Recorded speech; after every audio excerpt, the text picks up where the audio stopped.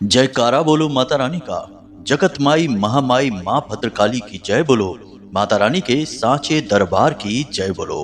तो वृश्चिक राशि वालों, आप सभी का स्वागत है आपके अपने वैदिक मंथन भिंड यूट्यूब चैनल में। बंधुओं, भूत प्रेत, तांत्रिक क्रिया या फिर नजर हो या कोई टोना टोटका, हर एक चीज से आपको मुक्ति दिलाएगा यह एक महाशक्तिशाली शाकिनी रक्षा कवच। जी हाँ बंधुओं, हो सकता है कि आपने इस रक्षा कवच के बारे में पहले कभी सुना ही ना हो, परंतु हम आपको बता दें कि यह जो शाकिनी रक्षा कवच है यह इतना अधिक शक्तिशाली है कि इसे दुनिया के सबसे शक्तिशाली रक्षा कवच में शामिल किया जाता है। कई पुराणों में इस रक्षा कवच के विषय में अलग अलग व्याख्यान देखने को मिलते हैं। शिव पुराण में भी इसके विषय में बताया गया है, साथ ही साथ देवी भागवत और लिंग पुराण में भी इसका आंशिक वर्णन देखने को मिलता है। बंधुओं, हम आपको आज एक ऐसी गुप्त महाविद्या, महाशक्तिशाली ज्ञान देने जा रहे हैं जिसे किसी को देने के लिए लोग हजारों रुपए का चार्ज लगाते हैं, लेकिन हम आपको यह बिल्कुल मुफ्त माता रानी की सेवा में समर्पित करने जा रहे हैं।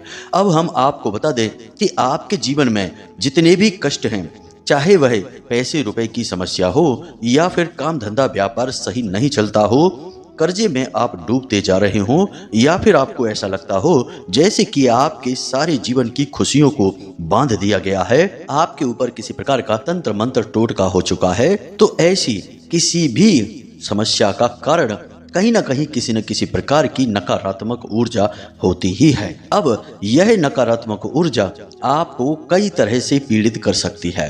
आपके जीवन में जिस भी भाग में कमजोरी होगी उसी भाग पर यह नकारात्मक ऊर्जा हमला करेगी और आपको पूरी तरह से बर्बाद कर देगी। तो ऐसे में आपके पास बस एकमात्र यही रास्ता बचता है कि आप अपना रक्षा कवच अपने साथ रखें, क्योंकि आप जो भी पूजा पाठ अनुष्ठान करने की कोशिश करेंगे पहले तो वह आप कर ही नहीं पाएंगे, और यदि आप उसे कर भी लेंगे तो उसमें कहीं ना कहीं किसी न किसी प्रकार की विधि विधान की चूक हो जाएगी आपके हाथों से, और वही चूक आपकी उस पूजा पाठ का फल आप तक नहीं पहुंचने देगी। बंधुओं, जो नकारात्मक ऊर्जाएं होती हैं, तंत्र मंत्र की जो क्रियाएं होती हैं, वे जातक पर कुछ इस प्रकार से प्रभाव डालती हैं कि जातक को यही लगता रहता है कि शायद उसका भाग्य खराब है, उसके किस्मत में ही सुख लिखा नहीं है, इस वजह से वह कभी इस तरफ ध्यान ही नहीं दे पाता है और लगातार जीवन में कष्ट सहता रहता है। लेकिन बंधुओं, आज हमने आपको बता दिया है कि आपके जीवन के कष्ट और परेशानियों का स्रोत क्या है, तो अब हमें इसका उपाय भी बताना ही होगा। तो आज हम इस रक्षा कवच के विषय में आपको संपूर्ण ज्ञान पूरे विस्तार के साथ देंगे। साथ ही साथ हम आपको यह भी बताएंगे कि आज इस समय पर आपको इस रक्षा कवच को अपने लिए निर्माण करना और इसे प्रयोग करना क्यों आवश्यक है, क्योंकि बंधुओं, समय और काल की अलग अलग मांग होती है। हमने अपने पिछले कार्यक्रम में भी आपको बताया था कि यह जो समय और काल चल रहा है, इस समय में ग्रहों की दशा कुछ इस प्रकार से है कि नकारात्मक ऊर्जाएं, भूत प्रेत की ऊर्जाएं बहुत अधिक शक्तिशाली हो चुकी हैं और वे सबसे पहले आपके जीवन पर प्रभाव डालेंगी, क्योंकि आप बहुत ही सीधे और सज्जन प्रवृत्ति के इंसान हैं, और ऐसी नकारात्मक ऊर्जाएं सीधे साधे साफ हृदय के सज्जन इंसानों को ही अपना पहला शिकार बनाती हैं, क्योंकि इनके ऊपर कब्जा कर पाना, इनकी सोच को प्रभावित कर देना बहुत आसान होता है। ये कभी प्रतिरोध नहीं करते हैं, बहुत ही सरल स्वभाव के होते हैं। इसलिए आज का यह कार्यक्रम आपके लिए बेहद आवश्यक है। आपके जीवन में जो भी परेशानियां, जो भी अड़चनें चल रही हैं, वे सारी अड़चनें और परेशानियां आज इस कार्यक्रम को देखने के बाद निश्चित तौर पर 100% गारंटी के साथ हम आपसे कहते हैं समाप्त हो ही जाएंगी। हमें पूर्ण विश्वास है अपनी माता रानी और अपनी भक्ति पर। तो बंधुओं, हमारा आपसे बस यही एक निवेदन है कि आज चाहे कुछ भी हो जाए, दुनिया इधर से उधर हो जाए, चाहे कोई काम बने या बिगड़े, परंतु आपको इस कार्यक्रम को अंत तक अवश्य देखना है। इस कार्यक्रम के हर एक मिनट, हर एक सेकंड में ज्ञान की भरमार है, तो आपको 1 मिनट 1 सेकंड का भी कार्यक्रम मिस नहीं करना है, वरना आप अपने जीवन में आ रही इस भगवत कृपा को, ईश्वर के आशीर्वाद को खुद ही वापस लौटा देंगे, और फिर आप खुद ही बताइए कि आपके कष्ट और परेशानियों का कारण कौन बना, आप स्वयं ही बने। जी हाँ बंधु, तो ऐसी भूल नहीं करना है, इस कार्यक्रम में अंत तक बने रहना है। बंधु, हम दिल से बताते हैं कि हमने आज इस कार्यक्रम को तैयार करने में सचमुच में बहुत मेहनत की है। माता रानी से बहुत निवेदन किए हैं कि हे माता रानी, आपके भक्त बहुत परेशान हैं, पल पल पे ठोकरें, परेशानियां और लगातार अपमान सहते चले आ रहे हैं। इनके जीवन में किसी प्रकार से उद्धार होना चाहिए, आपकी कृपा पहुंचनी चाहिए।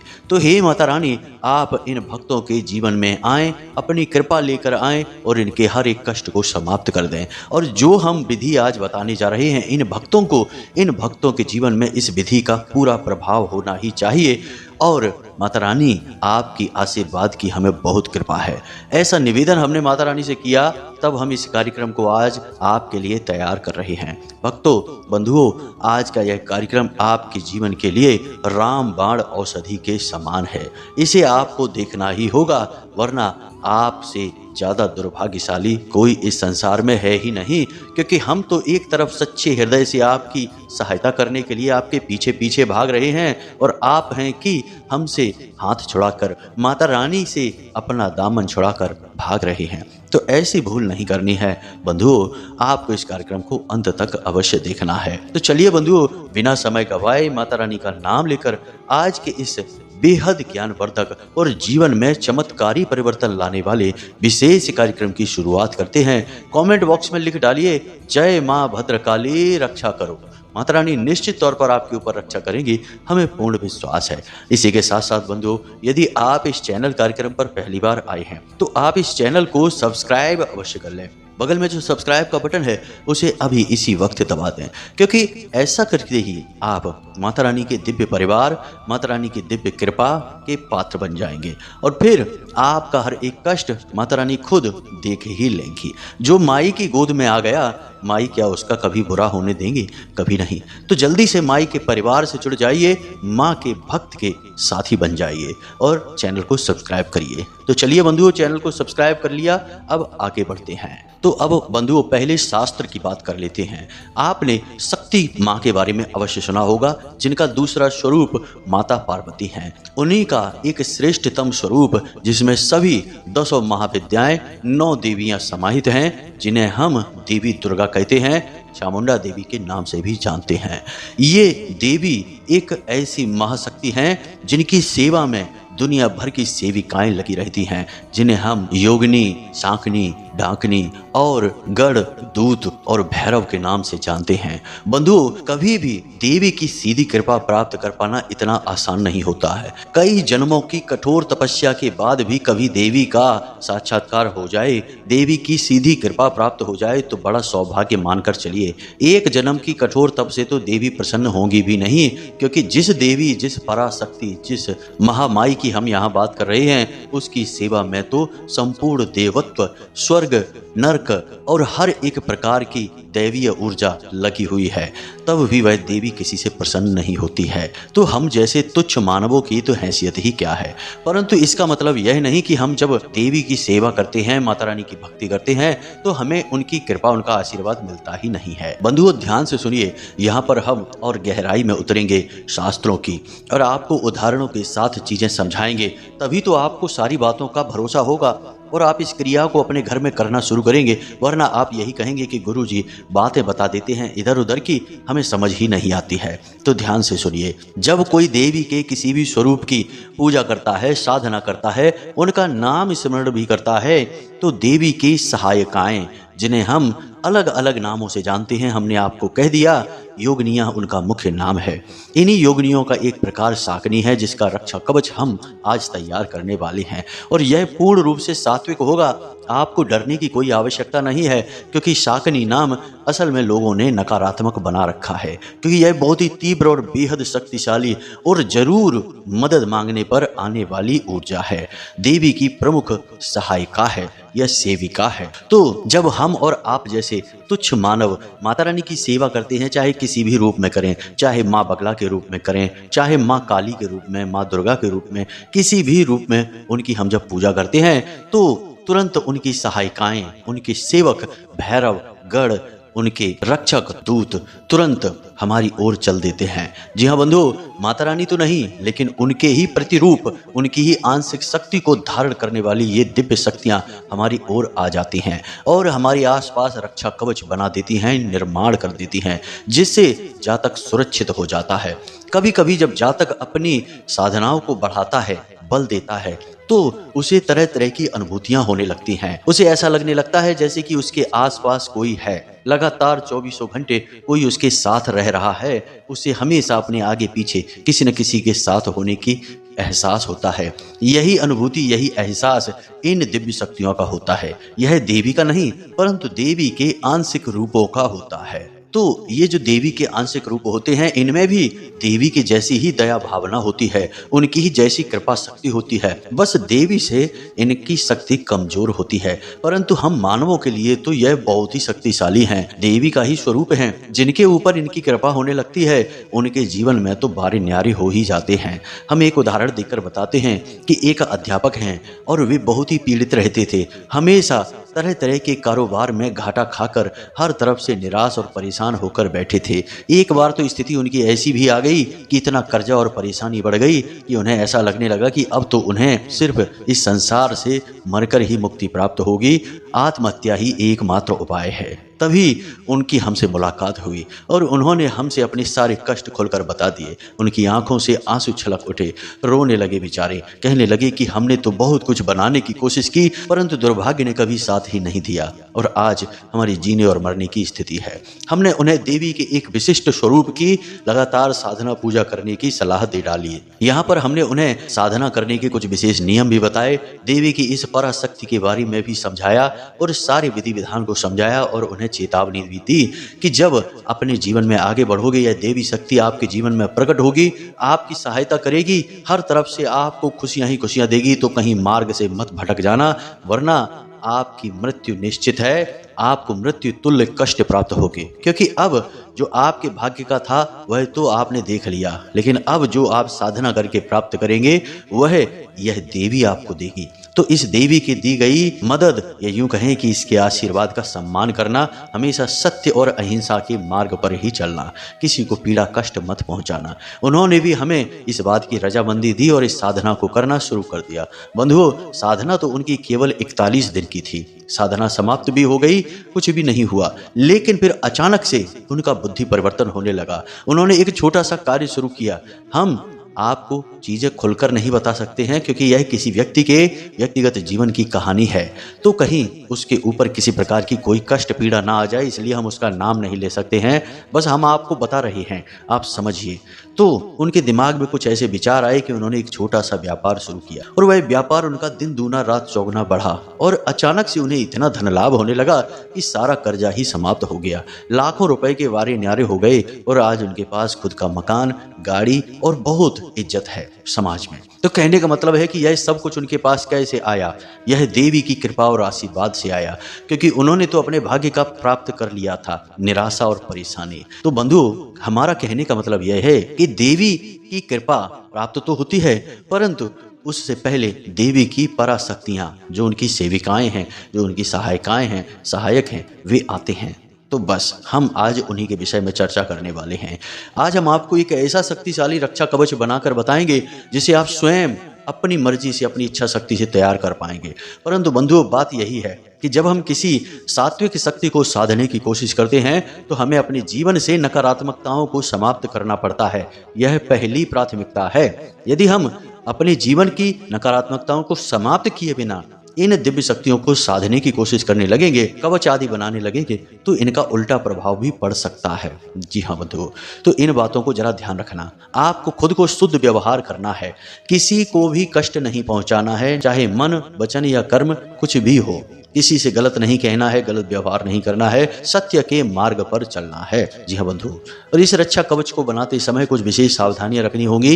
इसके विषय में हम आगे आपको बताने जा रहे हैं। अब ध्यान से सुनिए, सारी बातें बहुत ही महत्वपूर्ण होने जा रही हैं। जैसे जैसे कार्यक्रम में हम आगे बढ़ रहे हैं, कार्यक्रम बेहद ही महत्वपूर्ण और बहुत ही आवश्यक होता जा रहा है। एक एक बात को ध्यान से समझिए। बंधु, आपको 11 कीलें चाहिए। जी हाँ बंधुओं, क्योंकि इस क्रिया को कई चरणों में किया जाएगा, तो इस क्रिया में प्रयोग की जाने वाली चीज़ों के विषय में हम आपको बता रहे हैं। सबसे पहले आपको बता दें कि 11 कीलें चाहिए। और कील क्या होती है? जो चोभा होता है जिसे हम जूते वगैरह में प्रयोग करते हैं, जैसे जो मोची होते हैं जो जूते वगैरह को दबाने के लिए कील का प्रयोग करते हैं, वही कीलें चाहिए। 11 कीलें आपको चाहिए लोहे की। पहली सामग्री यह है। दूसरी सामग्री, आपको आक और धतूरे की जड़ चाहिए। जी हाँ बंधुओं, क्योंकि हम शाक्त की बातें कर रहे हैं, शैव की बातें कर रहे हैं, तो यह शैव साधना में प्रयोग होने वाली वस्तुएं हैं, इन्हें ध्यान से सुनते जाना। काले रंग का एक कपड़ा चाहिए, काले रंग का ही एक धागा चाहिए। इसी के साथ साथ रुद्राक्ष की एक माला चाहिए, एक माला जिससे आप मंत्र का जाप करेंगे, मंत्रोच्चारण करेंगे, उसके लिए माला फेरने वाली। उसी के साथ साथ आपको 4 रुद्राक्ष की मालाएं और भी चाहिए। जी हाँ बंधुओं, ध्यान से सुनते जाना, यह विधि बहुत ही महत्वपूर्ण है। हम फिर से आपको बता रहे हैं बंधुओं कि आपको इस क्रिया को करने में डरने की कोई आवश्यकता नहीं है। बस होगा यह कि यदि आपने विधि विधान का पालन नहीं किया तो इस क्रिया का फल आपको नहीं प्राप्त होगा, क्रिया पूर्ण रूप से असफल रहेगी। बाकी नकारात्मक कुछ नहीं होगा, यह पूर्ण रूप से सात्विक विद्या है, बस इसे ध्यान से समझते चलना। इसी के साथ साथ बंधुओं, आपको चाहिए एक ताबीज। जी हाँ बंधुओं, ताबीज किसी भी प्रकार का हो, बस गोल होना चाहिए, उसके अंदर आप कुछ भरेंगे।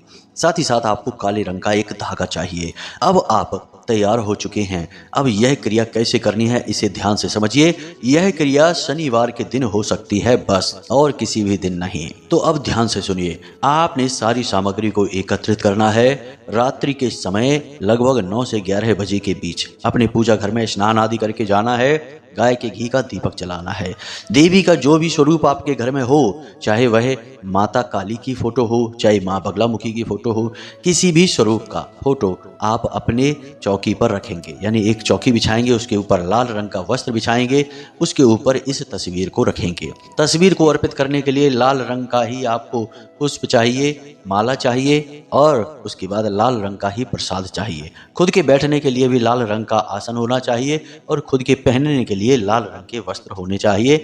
यदि लाल रंग के वस्त्र खुद पहनने के लिए नहीं है तो आप लाल रंग की कोई चादर या फिर बड़ी सी टावल, जिसे हम कहते हैं साफी कहते हैं, उसे आप ओढ़ लीजिए। जी हाँ बंधुओं, अब आपने जो 11 कीलें ली हैं, उन कीलों को आप किसी एक छोटी सी कटोरी में, किसी बर्तन में रख लेंगे। उसे माता रानी के सामने अर्पित करेंगे। जो सामग्री आप लेकर आए हैं, जैसे कि धतूरा और आक की जड़ लेकर आए हैं, साथ ही साथ वह ताबीज, काला धागा, इन सब को आप माता रानी के चरणों में रखेंगे। प्रसाद के साथ इन्हें भी माता रानी को समर्पित कर देंगे। अब आपको क्या करना है, जरा ध्यान से सुनिए। रुद्राक्ष की आपके पास 5 मालाएं हैं। एक माला आप फेरने के लिए रखेंगे। 4 मालाएं आप माता रानी के सामने समर्पित करेंगे। संपूर्ण सामग्री को गंगा जल छिड़क कर पहले शुद्ध करेंगे, तब माता रानी को समर्पित करेंगे। अब एक लाल रंग की पेन लेंगे और सफेद रंग के एक कागज पर इस मंत्र को लिख लेंगे। यह दुनिया का सबसे शक्तिशाली शाक्त मंत्र है। इस मंत्र के प्रयोग से संपूर्ण ग्रहों की ऊर्जाएं समानांतर हो जाती हैं, आपके लिए सकारात्मक हो जाती हैं। इसी के साथ साथ माता रानी की संपूर्ण रूपों की साधना एक बार में हो जाती है। जी हाँ बंधुओं, इसे नवाड़ मंत्र कहते हैं। आपने इसके बारे में पहले भी सुना है, हमने आपको इसके विषय में पहले भी बताया है। तो आपको इस मंत्र को कम से कम 3 बार इस कागज पर लिखना है। बेहद छोटी राइटिंग में लिखेंगे, फिर इस कागज को फोल्ड करके हम उस ताबीज में भरेंगे। तो बंधुओं, ध्यान से सुनना है। मंत्र आपको मोबाइल की स्क्रीन पर भी दिखाई दे रहा है, हम बोलकर भी बता रहे हैं। मंत्र कुछ इस प्रकार है। ओम ऐं ह्लीं क्लीं चामुंडाय विच्चय।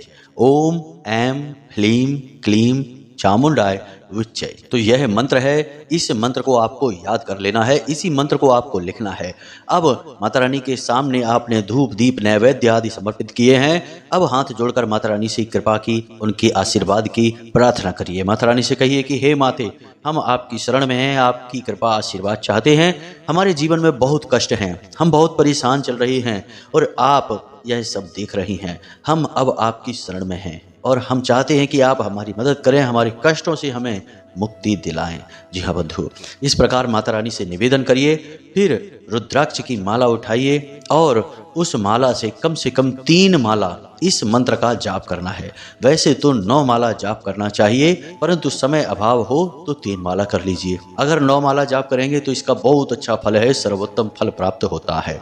जी हाँ बंधु, खैर जब आपने इसका 3 या 9 माला जाप कर लिया, उसके बाद जो कागज पर आपने मंत्र लिखा है उसे फोल्ड करिए और उस कागज को उस ताबीज में भर दीजिए। उसी के साथ साथ जो आपने धूप जलाई थी उसकी थोड़ी सी भभूति है उसे भी उस ताबीज में भर दीजिए और उस ताबीज को बंद कर दीजिए।